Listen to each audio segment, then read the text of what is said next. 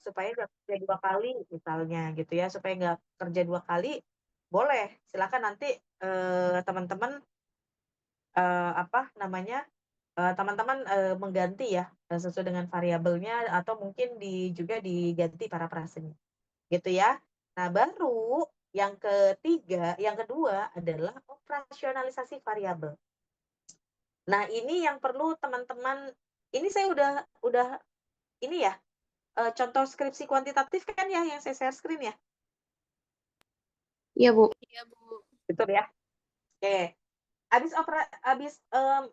Metode penelitian gitu ya, baru ngomongin operasionalisasi variabel.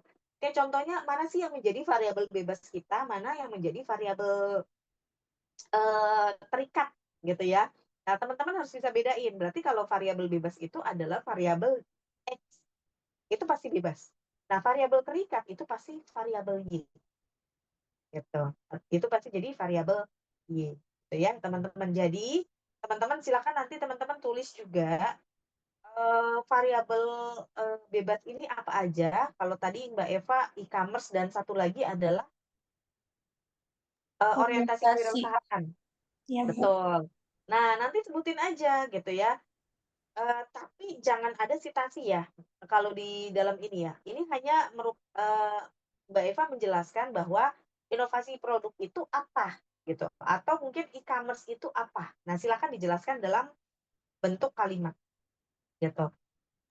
Nah, itu ada Citasinya citasinya, Bu. ya betul, ini ada citasinya, tapi sebenarnya harusnya nggak ada, karena sudah ada di bab 2. Ini hanya menjelaskan sebenarnya harusnya ini aja, gitu. Bu, tapi kalau saya mau ngikutin aja pakai citasi ini boleh nggak? Ya udah, nggak apa-apa, gitu. Toh juga kalau hal ini tuh tidak mengurangi nilai juga, teman-teman. Yang biasanya kalau deskripsi yang mengurangi nilai, kita salah milih variabel. Nah, kita salah pilih dimensi atau indikator. Nah, itu yang bisa mengurangi nilai. Kalau hal-hal yang kayak begini mau ditambahin citasi atau tidak pakai citasi itu boleh. Gitu ya. Nah, kemudian teman-teman setelah ini sebutin dimensinya yang digunakan apa. Gitu. Kalau dia kan ini dimensi nih menurut si Almira nih yang ada di sini ya. Nih, berarti saya boleh nggak Bu pakai juga dimensi menurut itu? Boleh, wajib malahan. Dimensi yang digunakan dalam penelitian ini gitu ya, yaitu apa saja gitu ya. Nah, ini kudu disebutkan. Nah, ini yang biasanya dibilang sama dosen adalah benang merah. Apa yang ditulis di bab 2 di kajian pustaka, di gambar apa namanya nih? Bagan gambar apa? Kerangka teori gitu ya. Ini hampir sama dengan yang ada di sini. Nah, ini adalah benang merah. Kadang mahasiswa beda-beda. Loh, kok bisa? Kok bisa beda ya? Gitu. Harusnya enggak gitu. Harusnya sama. Ini yang disebut benang merahnya sama, teman-teman. Jadi apa yang ditulis kajian pustaka, digambar dan di sini gitu ya, itu sama. Gitu ya. Nah, baru nanti X2-nya juga sama ya, teman-teman ya. Jangan sampai dimensi yang digunakannya beda. Nah, sama yang di atas jangan ya. Harus sama. Intinya itu. Begitu juga variabel Y-nya. Jadi harus sama ya, jangan berbeda-beda. Nah, kita masuk ke kisi-kisi variabel. Udah cukup jelas ya yang variabel ya, operasionalisasi ya. Ada pertanyaan? Cukup, Bu. Cukup. Oke, kisi-kisi variabel, teman-teman ya. Kisi-kisi variabel ini hanya menempatkan variabel kita apa, dimensi kita apa, turunan indikatornya apa. Sama seperti yang ini. Nah, nih. Ini kegedean nih. Mana nih? Biar 75 ya. Nah, sama seperti ini nih. Nih. Misal ya, punyanya Mas Rofi. Ini udah enak banget dipetain kan. FOMO, dimensinya apa, indikatornya apa. Tinggal pindah ke ini. Nah, tinggal copy paste aja. Karena teman-teman sudah ready. Gitu. Betul apa betul? Betul Betul. ya. Gitu ya. Jadi tinggal mudah ya. Jadi isinya variabel, dimensi, dan indikator yang ada di dalam sini. Gitu ya, teman-teman ya, paham ya? Jangan bikin lagi indikator yang lain, jangan, Bu, gitu ya. Ya, izin kemarin kan pas pertemuan offline sama Ibu, saya nanya terkait pertanyaan kuesioner saya tuh di bagian variabel kinerja UMKM tuh ada yang terkait ekspor gitu. Coba deh, Bu. atas nama siapa? Azah kinerja UMKM Azza, kinerja UMKM. di bawahnya, Bu. Sebentar ya, nah ada masalah kenapa nih? Saya nggak nge-lag juga nih, astaga. Yang mana? Nih, mana ya? Eh, nih, saya aktif melakukan kegiatan pemasaran baik di dalam negeri maupun luar negeri. Kata Ibu kan itu diedit aja, tapi kan itu udah banyak yang ngisi, Bu. Udah 178. Di sini nggak ada, Cak. Ini Bu Yang yang mana? pertanyaan yang KUPPP 1. Ini, Lah, bentar. KUPPP 1 kan, usaha ini mengalami peningkatan setiap bulan yang menunjukkan pertumbuhan yang positif. Nggak ada, Cak. Ini Bu, nih. Saya aktif melakukan kegiatan pemasaran, baik dalam maupun luar negeri. Luar negerinya aja yang dihapus.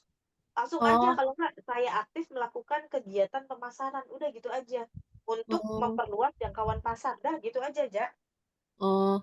Gitu. Tapi Jadi yang dalam dan luar negerinya itu yang dihapus. dalam dan Nggak luar masalah. negeri. Oh. Iya, nggak masalah. Walaupun yang ngisi banyak yang tidak setuju. Iya, oh, kalau ini banyak yang tidak setuju ya, karena ada Iya, Bu. pernyataan ini ya. Heeh. Oh, oke. Berarti ditampilin aja kalau gitu, nggak apa-apa. Takutnya kalau misalnya amit-amit Bu, dosen pembimbingnya bukan Ibu atau Hmm, gimana, terus juga ada kayak gitu disuruh revisi, otomatis saya ngasih apa nyebarin kuesioner ulang lagi apa gimana, Bu? nggak usah. Nggak usah. Berarti udah pakai data yang ada aja. Pakai data yang ada aja berarti. Iya, pakai data yang ada aja. Saya Gitu ya. kira ituannya kudu apa, kalimat pertanyaannya harus diganti kayak gitu, Bu. Kalau diganti aja turun lapangan lagi. Oh, Gitu. Kalau kalau saya sih prinsipnya gini, teman-teman kan sudah turun lapangan gitu, apalagi sudah ada yang ngisi kuesioner kemarin dari beberapa UMKM. Anggapan kita gitu, anggap aja ini adalah pernyataan yang memang sudah disebarkan, dan ketika nanti ada dosen pembimbing yang kurang setuju dengan pernyataan ini dan harus kita gitu kan, kita kasih reason aja sama dosennya, Pak, pada saat nyebarin kemarin gitu ya, saya menggunakan kalimat ini gitu, dan hasilnya banyak yang sangat tidak setuju gitu, atau tidak setuju gitu kan. Nah, kalau saya hapus gitu ya, atau saya ganti, berarti artinya mereka tidak aktif dalam kegiatan pemasaran gitu. Ya kan berarti gitu kan, mereka nggak aktif kan dalam kegiatan pemasaran untuk memperluas jangkauan pasar kan gitu ya, iya, Bu. gitu. Nah, mereka banyak yang menyatakan tidak setuju, berarti artinya mereka menyatakan mereka tidak aktif dalam kegiatan pemasaran. Gimana? Nah, ini nggak apa-apa ya, gitu. Disampaikan aja. Kalau misalkan dosen, oh ya kamu harus nyebarin ulang. Waduh, nanti kalau itu kan saya bisa ngobrol sama Pak Teguh, makanya saya punya Pak Teguh gitu, yang bisa diajak kompromi juga, Oke, baik, gitu ya. Bu. Oke ya. Nah ini sebenarnya aja juga bisa aja, salah satu aja. Ini variabel yang ini ya, ini bisa dikurangin aja. Kita kembali. Ini kan ada di dalam contoh Iya, ada, Bu. artikelnya ya, Pak, pernyataan ini. Pernyataan ini ada nggak di contoh artikelnya? Eh, ada tapi ada beberapa nggak yang nggak plek dia, Bu. Nggak, ada kalimat luar negerinya nggak, saya tanya? Ada. Yang kalau ada, ini bisa dihapus. Karena gini ya, karena saya memilih tiga, akhirnya dalam kinerja UMKM dari si ini ya, si sumbernya, dia menggunakan 5 gitu, 5 dimensi. Tetapi karena ini ada dalam dan luar negeri, ini saya hapus karena tidak sesuai dengan lokasi penelitian saya. Nah, itu boleh. Nggak apa-apa, Oh, gitu. Jadi nanti pada saat pengolahan data, KPPI, KUPP triple P1 ini ya, P31 ini bisa dihapus. P2 juga bisa dihapus. Jadi pertumbuhan pasar dan pemasaran bisa dihapus. Karena pernyataannya tidak sesuai dengan kondisi lapangan yang ada. UMKM yang Aza teliti itu nggak keluar negeri. Benar nggak? Benar kan? ya. Maka jawabannya mereka tidak setuju semua. Silakan nanti dihapus saja. Itu. Jadi pilih hanya 4 indikator, bukan 5 indikator. Nah, Gitu ya. Bu. Oke, baik. Lanjut. Yang lain? Ada pertanyaan? Nggak ada? Kita lanjutin lagi ya. Gitu ya. Jadi kisi-kisi ya, teman-teman silakan masukin ke sini ya, teman-teman. Diberikan nomor instrumennya ya 1, 2, tapi jangan pakai saya ya. Kalau ini kan indikator ya. Kalau kayak teman-teman begini kan saya percaya bahwa kehadiran di media sosial dapat membantu usaha dikenal lebih luas oleh masyarakat. Jangan pakai sayanya. Nah, coba aja tambahin diganti kalimatnya. UMKM percaya bahwa kehadiran media sosial membantu usaha mereka dikenal oleh masyarakat gitu ya. Jadi jangan pakai saya ini pernyataan untuk di kuesioner gitu ya. Tetapi kalau untuk di indikator nanti di bidang ini, nah langsung aja nih kan nggak ada sayanya nih, membuat produk non printing gitu ya. Jadi teman-teman bisa juga media sosial membantu usaha lebih dikenal masyarakat luas. Nah cuman itu aja boleh gitu ya teman-teman, cuman itu aja boleh, singkat aja gitu. Silakan dirubah, jangan menggunakan kalimat saya. Oke ya, cukup jelas ya yang ini ya. Oke. Kemudian, nah ini ya teknik pengumpulan data udah pasti kita pakai data primer dan data sekunder. Data primer dari mana? Dari kuesioner, benar ya? Kalau data sekunder dari mana? Dari BPS, katadata.com, artikel penelitian. Nah, itu adalah data sekunder. Jadi wajib ditampilkan dua-duanya. Data primer tampil gitu ya. Kemudian juga data sekundernya juga harus tampil nih. Ini nggak ada nih.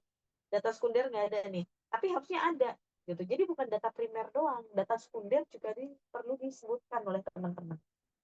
Kalau di dalam bukunya ya, di pedoman, nah, di pedoman ya, di ini ya. Nah, yang teknik pengumpulan data, kita coba lihat ya.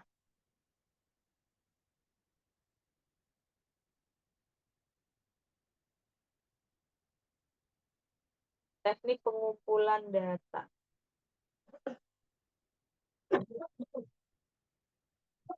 Nah, ini ya, teknik pengumpulan data, ini data primer. Gitu. Nah, kemudian sedangkan ada juga data sekunder.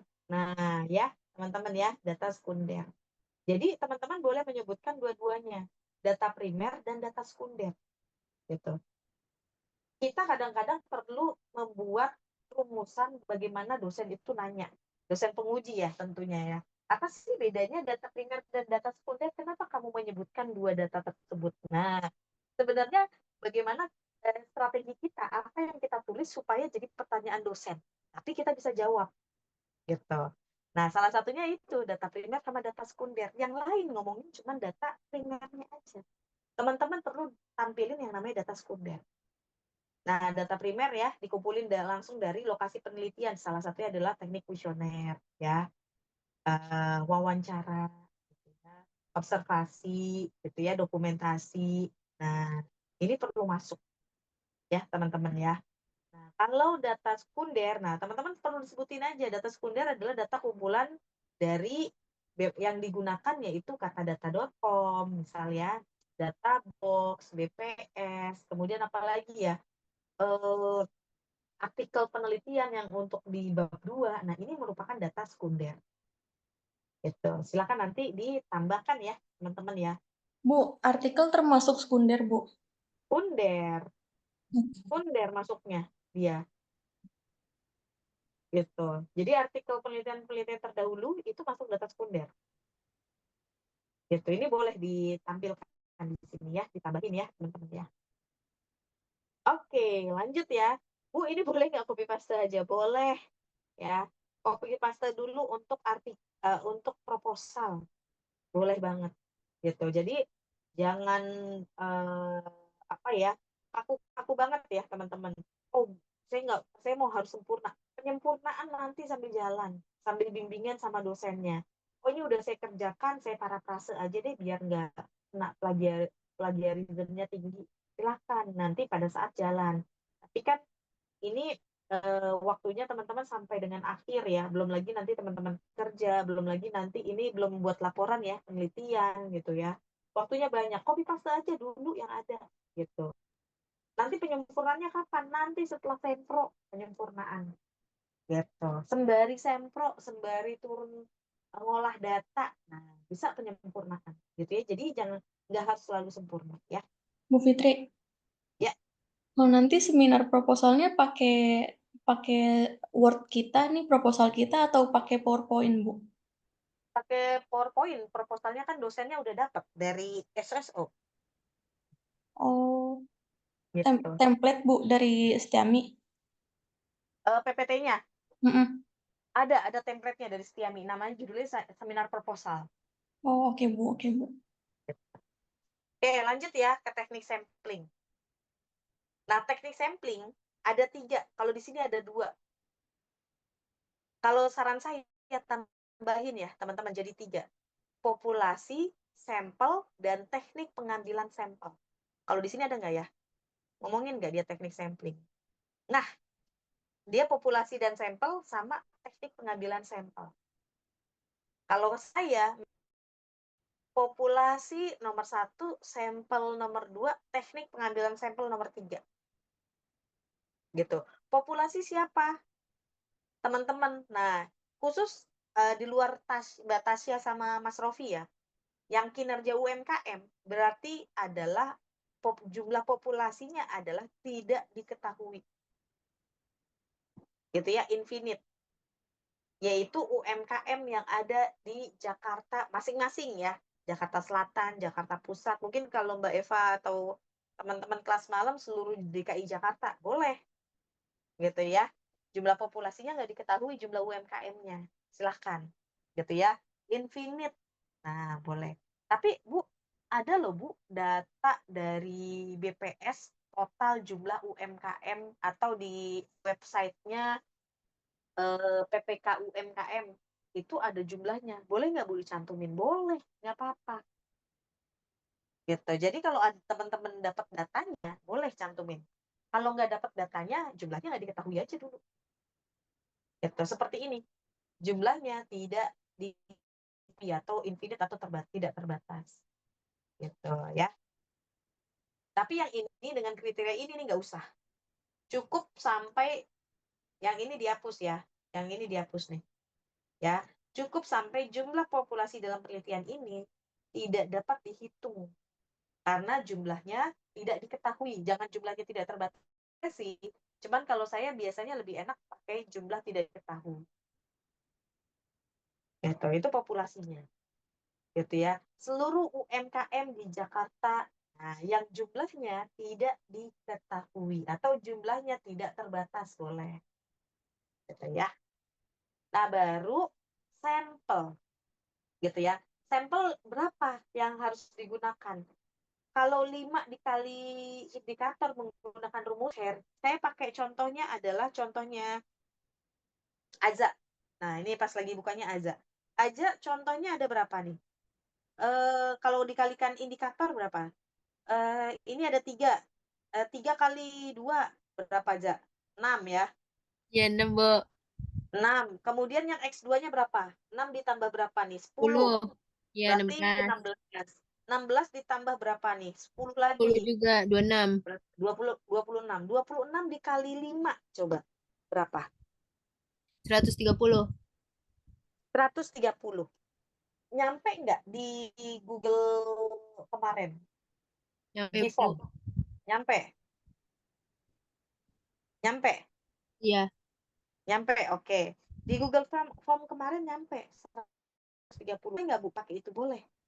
Tapi, nah, PLS kemarin di mana ya saya naruhnya ya?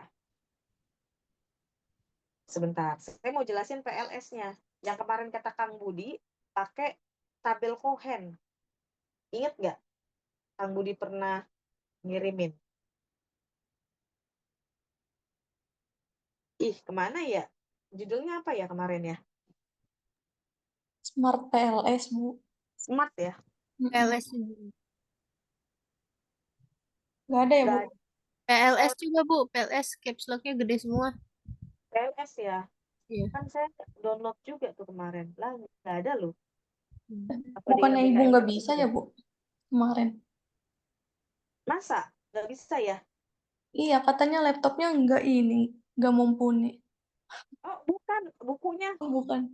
Oh, bukunya. Kalau yang kemarin nggak mumpuni itu kalau saya pakai aplikasinya. Aplikasi. Nggak bisa.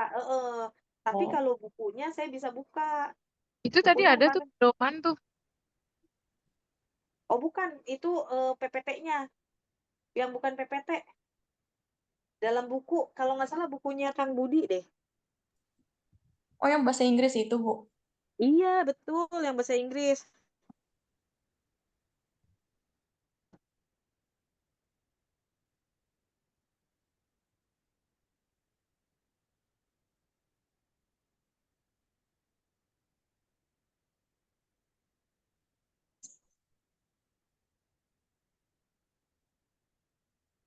Yang bahasa Inggris di mana ya? Saya ininya ya. Namanya PLS PLS Strip Sembo. Oh,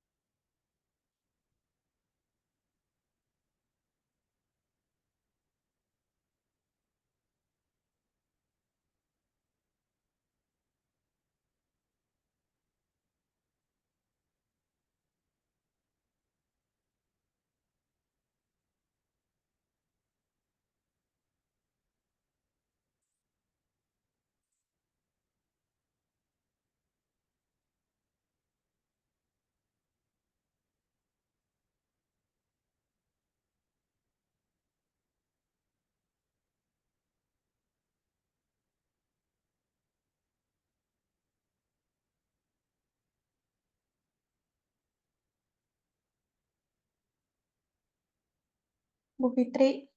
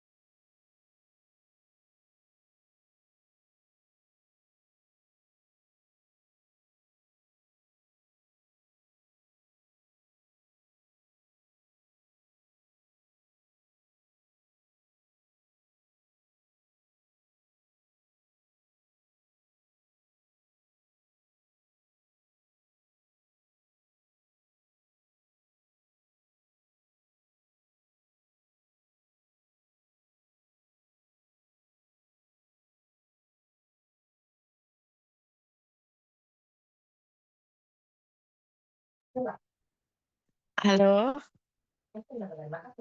Pak. Ini nge-lag, Pak. Kayak Bu Fitrinya dah Fitri, lagi iya. lagi lagi ke toilet kali.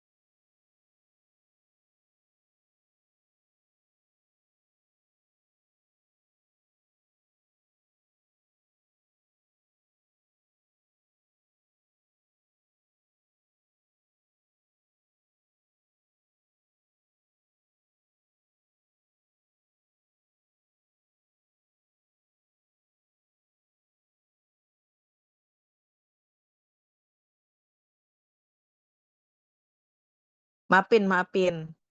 Ya, saya nih ada informasi soalnya dari RT, jadi ngangkat telepon dulu. Ntar takutnya ada apa-apa nih ya malam-malam, jadi saya angkat dulu ya. Nah, ini saya udah download. Nah, saya share screen lagi. Nah, oke. Kelihatan? Udah kelihatan ya?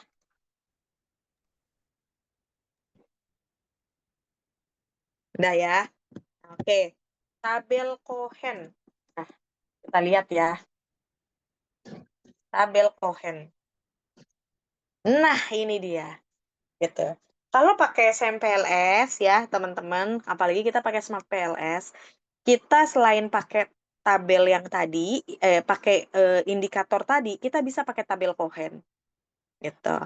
Tabel Cohen ini, gitu ya, teman-teman, ini untuk melihat jumlah minimal sampel. Nah, itu boleh, gitu. Ini ada yang udah ngantuk ya? Nah, ada yang udah ngantuk. Sebentar. Oke, kalau udah ngantuk, nggak apa-apa, Mas Fatih ya. Udahan dulu boleh, nggak apa-apa. Ini sedikit lagi deh informasinya, biar nanti kita make sure lagi hari apa gitu ya, teman-teman. Nah, tabel Cohen ini berdasarkan garis ya, nih, raw point, number of raw point, ya, dari gambar model teman-teman yang ada di bab 2 sebelum hipotesis. Ingat nggak? Nah, yang ini nih, Ingat, Bu. ya, yang di bab 2. Nah, garisnya ada berapa? Ada 3 gitu. Kalau garisnya ada 3 ya teman-teman, berarti minimal sampel itu adalah 124 sampel gitu. Kan ini udah pernah disampaikan juga sama Kang Budi pada saat kita apa? Kita nge-zoom bareng gitu kan. Ada yang 125, ada 124, ada yang 100. Nah, beda-beda kan gitu. Nah, itu berdasarkan hal itu. Jadi minimum sampel itu bisa didapat dari ini dan juga bisa didapat dari sebentar. Dan juga bisa didapat dari indikator tadi yang dikalikan berapa. Nah, iya. Jadi itu ya, teman-teman ya. Gitu. Jadi bisa dari kedua itu. Gitu. Nah, Bu, saya pakai ini dulu boleh nggak? Boleh, nggak apa-apa. Bu, saya pakai tabel Cohen, boleh. Jadi sama aja teman-teman, boleh pakai tabel Cohen, boleh pakai ini juga. Gitu ya, teman-teman ya.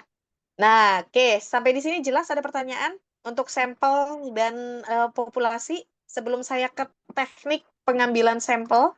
Itu Nah, yang garis ketiganya gimana, Bu? Emang di Smart PLS bisa, Bu? oke, pertanyaannya bagus ya, Mbak Eva. Berarti kita bisa pakai SPSS plus Smart PLS. SPSS untuk melihat yang ini. Untuk melihat secara bersama-sama.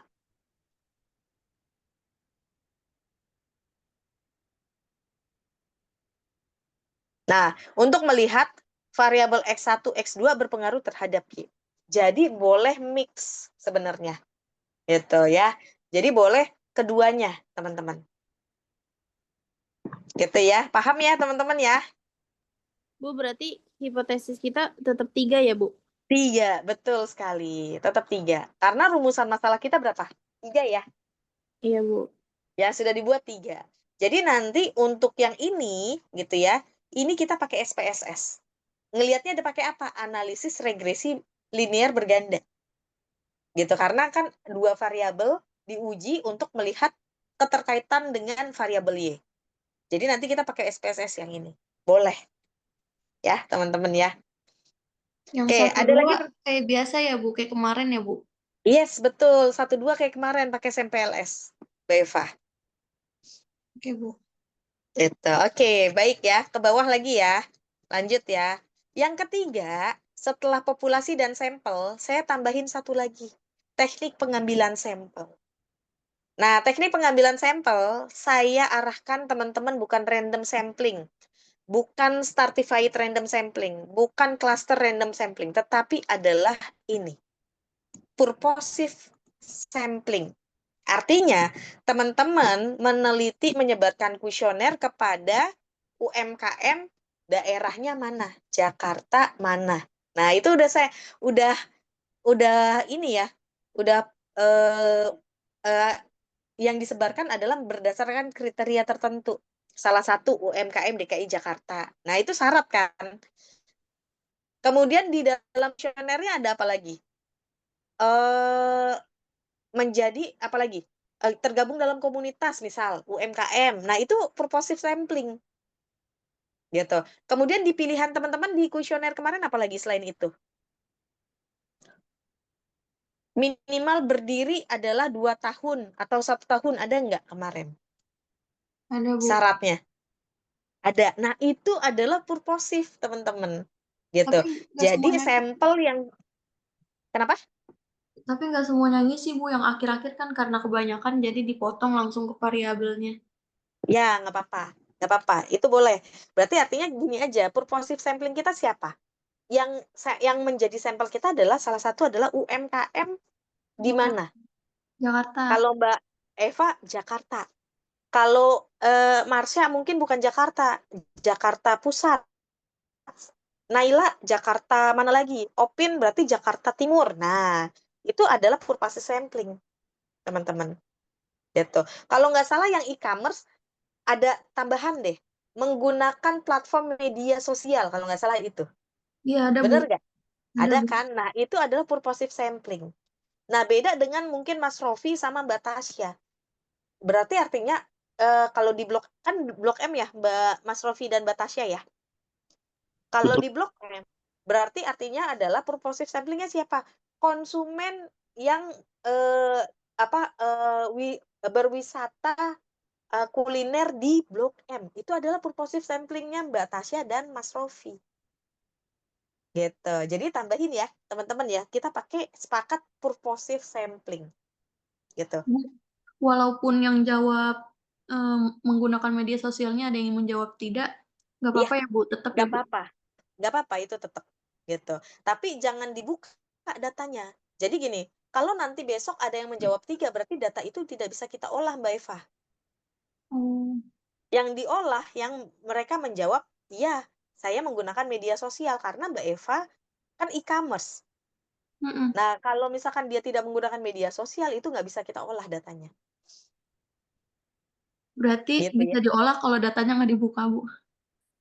Bisa diolah kalau sebenarnya Mbak Eva kan karena teknik pengambilan sampelnya purposif, berarti artinya Mbak Eva harus menampilkan itu, gitu. Oh. Atau Mbak Eva maaf ya gini ya, kalau daripada turun lapangan lagi gitu ya, menunggunya agak lama, ya silakan diganti aja bahwa mereka adalah pernah menggunakan media Pengguna sosial. aplikasi. Tapi saran saya jangan. Ya, saran saya jangan. Karena kenapa? Pasti hasil kuesionernya mempengaruhi. Dia nggak pernah menggunakan media sosial. Terus mereka ada pertanyaan ini dari Mbak Eva. Nih, ada pertanyaan, aduh agak lemot ya. Ada pertanyaan ini nih, mana punya Mbak Eva. Nah, sebentar. Ada pertanyaan ini. Nah, pertanyaannya terkait dengan e-commerce. Penjualan produk kuliner saya meningkat sejak menggunakan e-commerce. Pasti jawabannya sangat tidak setuju. Karena Iya. saya nggak menggunakan. Nah, kan pasti begitu. Makanya itu perlu disaring lagi, Mbak Eva. Jadi kalau yang tidak menggunakan, kalau e-commerce ya, judulnya ini berarti wajib mereka yang menggunakan platform digital, Mbak. Gitu. Kalau enggak, jangan. Gitu. Jadi nanti pas pengolahan data, Mbak Eva kudu wajib harus men-tracer lagi. Berarti yang nggak menggunakan e-commerce, hapus. Artinya, oh berarti Bu ternyata banyak banget Bu, hampir 100 yang tidak menggunakan e-commerce. Silakan Mbak Eva nyebarin lagi kuesionernya setengahnya. Seenggaknya 50 aja. Gitu. Untuk menutupi tadi ya, ini pakai tabel Cohen atau pakai yang tadi ya, kuantitatif. Nah, atau pakai yang ini. Nah, silakan. Begitu Mbak Eva. Karena pasti ada pengaruhnya kalau kita asal ganti, oh ini udah dia anggap aja pakai ini, pasti jawabannya itu dia pasti sangat tidak setuju. Begitu, itu ada konsekuensinya ya teman-teman ya, kalau kita merubah satu tapi nggak konsisten sama jawaban berikutnya. Nah itu mempengaruhi hasil biasanya. Oke ya, cukup mengerti ya teman-teman ya. Jadi ada 3 ya nanti ya, populasi, sampel, dan teknik pengambilan sampel. Silakan dibuka buku pedomannya ya. Oke, lanjut. Teknik analisis data, copy paste semua. Sorry. Ini pakainya yang SPSS. Pakai yang Smart PLS saya kirim nanti ya. Besok saya kirim. Dari disertasi saya itu hampir sama. Ya, teman-teman ya. Jadi nanti tinggal di copy paste aja. Teknik analisis datanya. Tapi dalam bentuk PDF ya. Soalnya Word-nya di laptop yang udah rusak. Kagak ada backupnya. Backupnya ada di drive tapi dalam bentuk PDF. Gitu ya. Jadi sampai sini analisis data nanti copy paste dari punya saya gitu ya, karena teman-teman pakai Smart PLS. Nah, lokasi dan jadwal penelitian silakan ya. Teman-teman lokasinya di mana kemarin ya, sebutin aja UMKM DKI Jakarta, misal ya kemarin Olin ke ITC, ke Pasar Jaya. Nah, UMKM yang ada di ITC, Pasar Jaya, dalam komunitas Jackpreneur, dalam komunitas Bambu Nusantara boleh silakan ditulis ya, teman-teman. Nah, kemudian jadwal penelitian ya, silakan disesuaikan. Penyusunan proposal tentunya bukan Februari, teman-teman penyusunan proposal tentunya sudah dari bulan Januari. Silakan diganti ya, teman-teman ya, disesuaikan. Nah, baru melakukan penelitian bab 1 sampai bab 4 mungkin dari bulan Februari ya, sampai dengan bulan April. Ya. Baik, itu saja teman-teman ya. Karena udah ada beberapa yang ngantuk ya. Cukup ya. Mungkin nanti kita ketemu lagi mau di hari apa. Silahkan